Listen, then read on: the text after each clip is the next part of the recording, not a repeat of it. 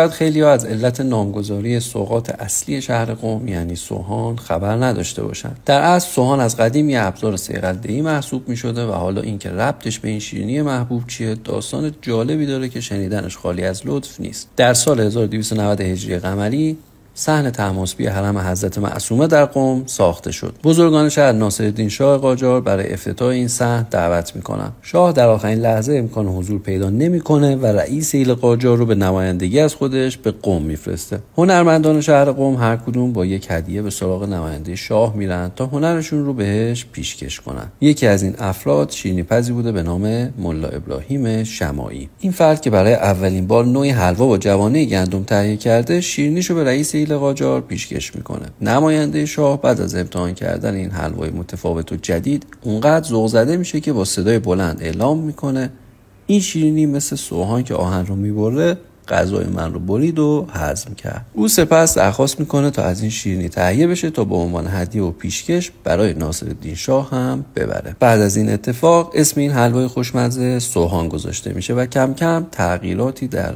شکلش ایجاد میشه و تا امروز شیرینی و سوغاتی اصلی شهر قم محسوب میشه. اگر این پست جالب بود برای دوستانت هم ارسال کن.